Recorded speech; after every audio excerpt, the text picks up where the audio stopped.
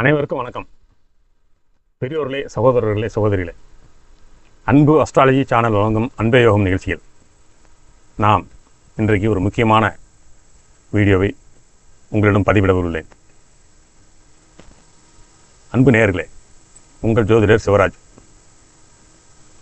இன்னைக்கு வீடியோ ஆரம்பிக்கிறதுக்கு முன்னாடி உங்ககிட்ட ஒரு சின்ன கேள்வி. எவ்வளவு கஷ்டப்பட்டு உழைச்சாலும் பணம் கைக்கு வர்றது, ஆனால் கையில் தங்க மாட்டேங்குது. இது நிறைய பேருக்கு இருக்கிற பிரச்சனை. ஒரு பக்கம் வருமானம் இருக்கும், இன்னொரு பக்கம் எதிர்பாராத செலவும் இருக்கும், கடனும் இருக்கும். அதை அடைக்க நினைப்போம். ஆனால் ஏதாவது ஒரு செலவு மறுபடியும் கடனை அதிகப்படுத்தும். இதையெல்லாம் நம்ம ஜோதிட ரீதியாக எப்படி பார்க்குறது? வாங்க பார்ப்போம். வீடியோவை கடைசி வரைக்கும் பாருங்கள். உங்களுக்கு ரொம்ப பயனுள்ளதாக இருக்கும். கட்டுறது கையளவு, கல்லாதது உலகளவு. இதை விட ஒரு முக்கியமான விஷயம், வீட்டில் அடிக்கடி சண்டை, கோபம், வாக்குவாதம் இதெல்லாம் இருக்குதா? அதாவது கணவன் மனைவிக்குள்ளே இருக்கும், பெற்றோர் பிள்ளைகளுக்கும் இருக்கும், சகோதரர்களுக்குள்ளே இருக்கலாம். சின்ன விஷயம் கூட பெரிய வாக்குவாதமாக மாறும். பார்த்துருக்கீங்களா? எல்லார் வீட்லையும் அப்படி இருக்காங்களா? அப்படி இல்லை. ஏன் நம்ம வீட்டில் மட்டும் அப்படி இருக்காங்க? நம்ம மட்டும் ஏன் அப்படி இருக்கோம்? நீங்கள் நம்முடைய பேச்சுக்கும் நம்முடைய பண வாழ்க்கைக்கும் ஏதாவது தொடர்பு இருக்கா நீங்கள் கேட்கணும் என்கிட்ட. இப்போ அவசியம் இருக்குது நண்பர்களே. ஏன்னா கேபி அஸ்ட்ராலஜி முறைப்படி பார்த்தீங்கன்னா, 2ஆம் பாவம்ங்கிறது லக்னத்திற்கு பணம், நாம் வரக்கூடிய வருமானம். அதே இது நாம் பேசக்கூடிய பேச்சும் என்பது 2வது வீடு தான். அதிக தொடர்பு இருக்குது நண்பர்களே. இதைத்தான் நம்ம இந்த கேபி அஸ்ட்ராலஜியில் பார்க்க போகிறோம். வீடியோவை கடைசி வரைக்கும் பாருங்கள். ஏன்னா கடைசியில் நான் சொல்ல போகிற ஒரு சின்ன நடைமுறை விஷயம் உங்கள் குடும்ப வாழ்க்கைக்கு ரொம்ப பயனுள்ளதாக இருக்கும். முதல்ல நம்ம பணம் ஏன் தங்குவதில்லைன்னு பார்ப்போம் நேயர்களே. பணம் வரலை என்றாலே எனக்கு ஜாதகத்தில் தோஷம் இருக்கிறதா, எனக்கு நேரம் சரியில்லை, பரிகாரம் செய்யணும் என்று உடனே நினைத்து வேண்டிய அவசியமே இல்லை. இப்போ பணம் கையில் தங்காதவங்களுக்கு பூரா தோஷம் இருக்கா? தமிழ்நாட்டில் 10 கோடி பேரில் 8 கோடி பேராவது கொஞ்சம் பணம் கையில் தங்க மாட்டேங்குதுன்றாங்க. அத்தனை பேருக்குமா தோஷம் இருக்குது? கொஞ்சம் சிந்திச்சு பாருங்கள். அப்போ முதல்ல நம்முடைய வாழ்க்கை முறையையும் பணத்தை கையாளும் விதத்தையும் கொஞ்சம் திருப்பி பார்க்க வேண்டும் நண்பர்களே. நம்முடைய வீட்டில் எப்போதும் கோபம், பதற்றம், சண்டை இருந்தால் நம்முடைய மனநிலை பாதிக்கப்படும் நண்பர்களே. மனம் பதற்றமாக இருக்கும்போது நாம் எடுக்கக்கூடிய முடிவுகள் எப்படி இருக்கும்? நீங்களே யோசனை பாருங்கள். சில நேரம் அவசரமாக முடிவெடுப்போம், சில நேரம் தேவையில்லாத செலவு செய்வோம், சில நேரம் கோபத்தில் ஒரு வார்த்தையை பேசிவிடுவோம். அதற்கு பிறகு அந்த வார்த்தை பெரிய பிரச்சனையாகவும் மாறும். பார்த்துருக்கீங்களா? எல்லாருக்கும் இந்த அனுபவம் இருக்கும். அதனால தான் நண்பர்களே, பணம் என்பது வெறும் கையில் வருகின்ற விஷயம் மட்டும் இல்லை. அதை எப்படி சம்பாதிக்கின்றோம், அதை எப்படி பாதுகாக்கின்றோம், எப்படி செலவு செய்கின்றோம், எப்படி முடிவெடுக்கின்றோம், இதெல்லாம் ரொம்ப முக்கியம் நண்பர்களே. இப்போ கேபி ஜோதிடத்தில் 2ஆம் பாவத்தின் முக்கியத்துவம் என்னன்னு பார்ப்போம். நம்ம ஜோதிட முறையில் 2ஆம் பாவம்ங்கிறது பணம், தனம், குடும்பம், பேச்சு, உணவு, சாப்பிட்றது, இந்த விஷயங்களோட தொடர்புடையது 2வது வீடுங்கிறது. அப்போ அதைத்தான் உங்களுக்கு பாருங்க, 2ஆம் வீடு அப்படிங்கிறது இது. இந்த உபநட்சத்திராதிபதி நட்சத்திரமான 4, 8, 10, 11, 4, 6 இந்த நட்சத்திரத்தில் இருந்தால் நம்ம என்ன நினைக்கிறோம்? 2வது வீட்டில் இருக்க கிரகம்தான் பணம் கொடுக்குது அப்படின்னு நினைக்கிறோம். இல்லைங்க, அவர் பணம் கொடுக்கலங்க. ஒரு மாதத்துக்கு சூரியன் 2வது வீட்டில் இருப்பாருங்க. ஒரு மாதத்தில் பிறந்த அத்தனை பேருக்குமே, லட்சக்கணக்கான பேருக்கு சூரியனாக பணம் கொடுக்குறாரு. அப்படி 2வது வீட்டில் இருக்கிற சூரியன் தான் பணம் கொடுக்குறதா இருந்தால் கவர்மெண்ட் பணத்தில் கவர்மெண்ட் வேலைக்கு எல்லாமே இருக்கணும். ஏன்னா சூரியன்கிறது அரசு உத்தியோகமா இல்லையா? அப்புறம் பணம் தரதா இருந்தால் அரசு சம்மந்தப்பட்ட தொழில் தான் பணம் வரணும். எல்லாருக்குமே பணம் வருதா? எல்லாருமே அரசு வேலையில் இருக்காங்களா? கொஞ்சம் சிந்திச்சு பாருங்கள். ஆக 2வது வீட்டில் இருக்க கிரகம் பணம் தருது, அந்த கிரகம் போய் ஆதிபத்திய வீடு அந்த 6ஆம் வீட்டில் மறைஞ்சிருச்சு அப்படிங்கிறத எடுக்கக்கூடாதுங்க. ஒரு கிரகம் கோடான கோடி மைலுக்கு அப்பால் இருக்குங்க, பில்லியன் மைலுக்கு அப்பால் இருக்குது. நம்ம ராசி கட்டத்தில் அது மறைஞ்சிக்கிடுச்சுன்னு சொன்னால் இது நியாயமா? கொஞ்சம் யோசனை பாருங்கள். அதனால் நாம் முக்கியமாக பார்க்க வேண்டியது உங்கள் லக்னத்துக்கு 2வது வீட்டு உபநட்சத்திரம் எப்படி இருக்குன்னு பார்க்கணும். அப்போ உங்களுடைய பேச்சு, உங்களுடைய தனநிலை இதையெல்லாம் கரெக்டாக ஆராய்ந்து என்ன மைனஸ் பாயிண்ட் என்ன ப்ளஸ் பாயிண்ட் கண்டுபிடிச்சிடலாம். இப்போ பாருங்கள், 2வது வீடு 4வது வீடு நட்சத்திரத்தில் இருந்தால் 4ஆம் வீடுங்கிறது சொத்துங்க. இந்த 2வது வீடு பணம்ங்கிறது 1000 வரும். அந்த பணத்தை இந்த 4ஆம் வீடுங்கிற சொத்து, அந்த பணத்தை அப்படியே சொத்தாக மாற்றிடுவீங்க. உங்களுக்கு பொருளாக பெரிய இடம் வாங்கி போடுவீங்க, அல்லது ஒரு வீடு கட்டுவீங்க. அது நிலையாக இருக்கும், அதை விஸ்குன்னு விற்க மாட்டோம். அது நாளுக்கு நாள் வளர்ச்சி அடைஞ்சிக்கிட்டே போகும். இப்போ அதே நேரத்தில் இதே 2வது வீட்டு உபநட்சத்திரம் உங்கள் ஜாதகத்தில் 8வது வீடோட தொடர்ந்தா பாருங்கள், எந்நேரம் சண்டை, பேச்சில் குற்றமாக பேசுகிறது, பணம் யார்கிட்டயா போய் மாட்டிக்கிறோம். நம்ம கையில் வந்த உடனே நிற்காது, கையில் வேறு யார்கிட்டயா போய் சிக்கிக்கிறோம். நம்ம ஏரியாமலே போயிருங்க. ஒன்றும் இல்லை, நீங்கள் பணம் கைக்கு வந்த உடனே நீங்கள் போய் தேவையில்லாத ஒரு பொருளை வாங்கினாலும் அந்த கடைக்காரத்துக்கு போயிடுதில்ல.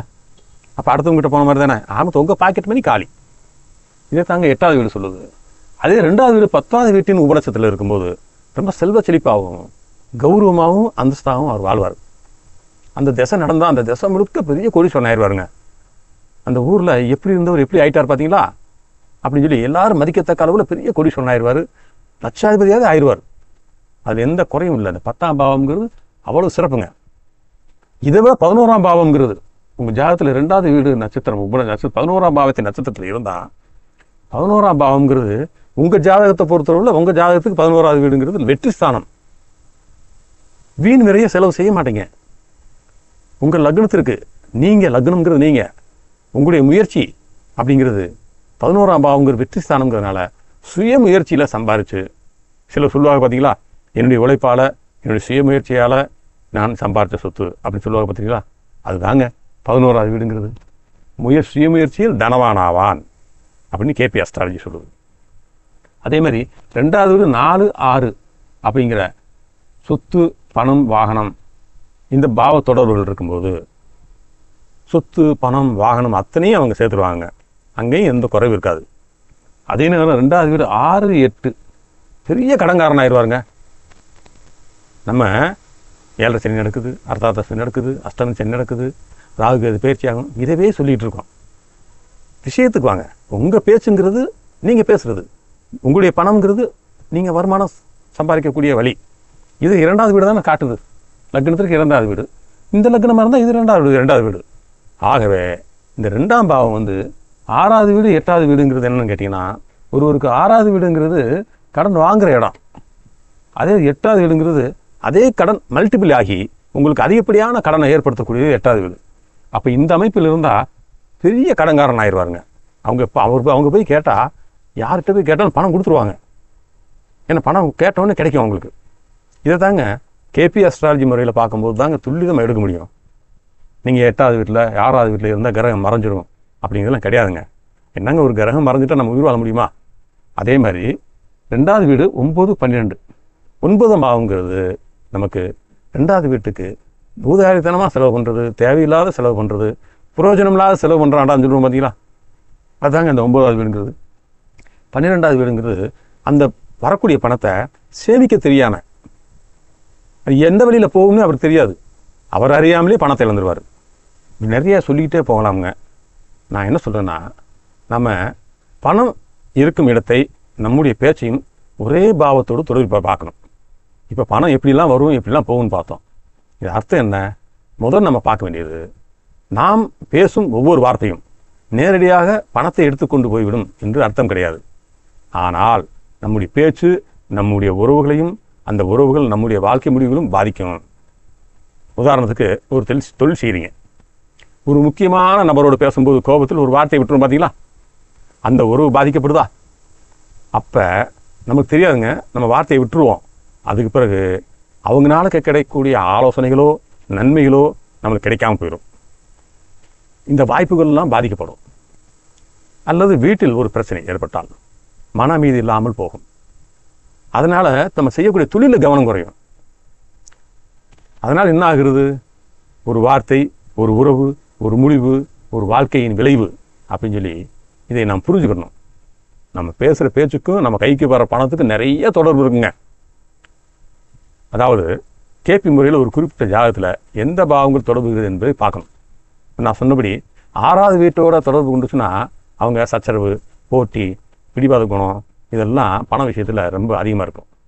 8வது வீடோட தொடர்பு கொள்ளும்போது கையில் இருக்க பணம் அடுத்தவங்கிட்ட மாட்டிக்கிறது, எதிர்பாராத சூழ்நிலையில் நம்ம அதை என்ன செலவு பண்ணுறோம்னே தெரியாமல் ஏமாந்து கொடுத்துருவோம். அதனால் 2ஆம் பாவம்ங்கிறது எப்படி தொடர்பு கொள்ளுது, நம்ம ஜாதகத்தில் எப்படி இருக்குது அப்படின்னு அந்த பாயிண்ட் எடுக்கணும். 7.5 சனிக்கு இதுக்கு சம்மந்தமே இல்லைங்க. 7.5 சனிங்கிறது பொதுவாகவே சொல்லப்பட்டது. இப்படி சொன்னால் பயந்து வாழ்வாங்கன்னு அந்த காலத்தில் சொன்னது. கடவுள் பேரையோ கிரகங்களின் பேரையோ சொன்னால் பயந்தாங்க. அதனால் உனக்கு இப்போ 7.5 சனி நடக்குதுப்பா, பண விஷயத்தில் கவனமாரு அப்படின்னு சொன்னாங்க. நம்ம ஜாதகத்தில் பணம்ங்கிற விஷயம் என்ன வேலை செய்யணும்னு பார்க்கணும்னா நம்ம ஜாதகத்தில் 2ஆம் பாவ உபநட்சத்திரம் எப்படி இருக்குன்னு பார்க்கணும். அதனால் கேட்ட உடனே என் ஜாதகத்தில் 6ஆம் பாவம் இருக்கிறது, அதனால் எனக்கு பணம் வராது அப்படின்னு ஒரு முடிவு செய்யக்கூடாது. கேபி ஜோதிடத்தில் ஒரு பாவத்தை மட்டும் பார்த்து முடிவு செய்ய முடியாதுங்க.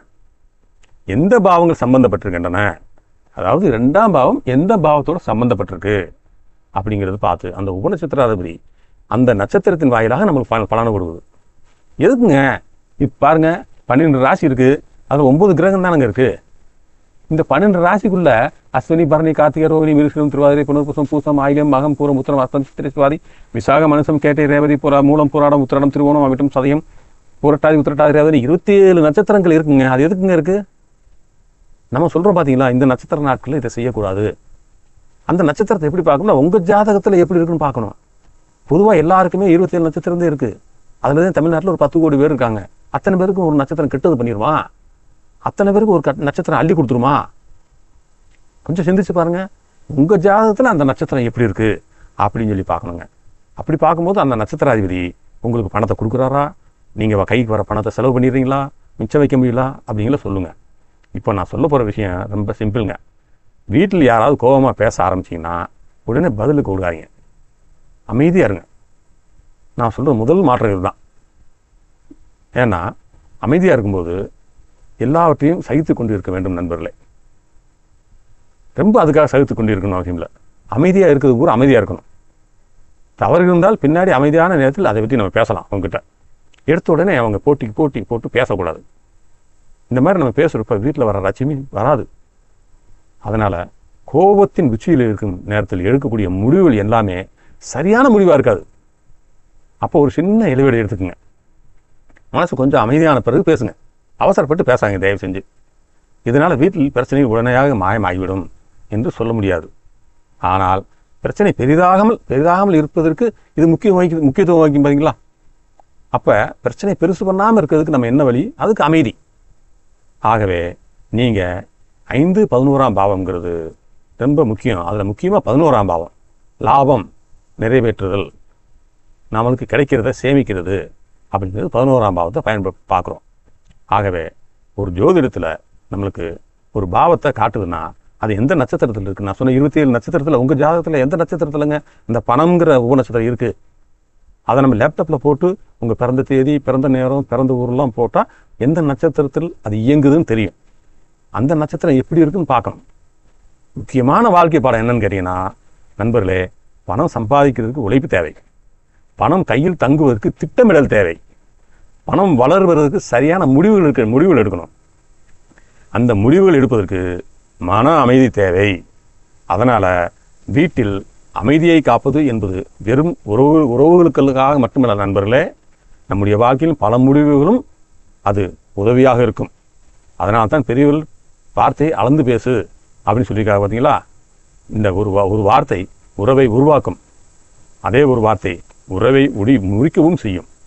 நண்பர்களே, நம்முடைய பேச்சுக்கும் நம்முடைய பணத்துக்கும் நம்ம கைக்கு வர்ற பணத்துக்கும் எவ்வளவு தொடர்பு இருக்கும் பார்த்தீங்களா? இந்த இரண்டையுமே 2வது வீடு தான் வச்சுருக்கு.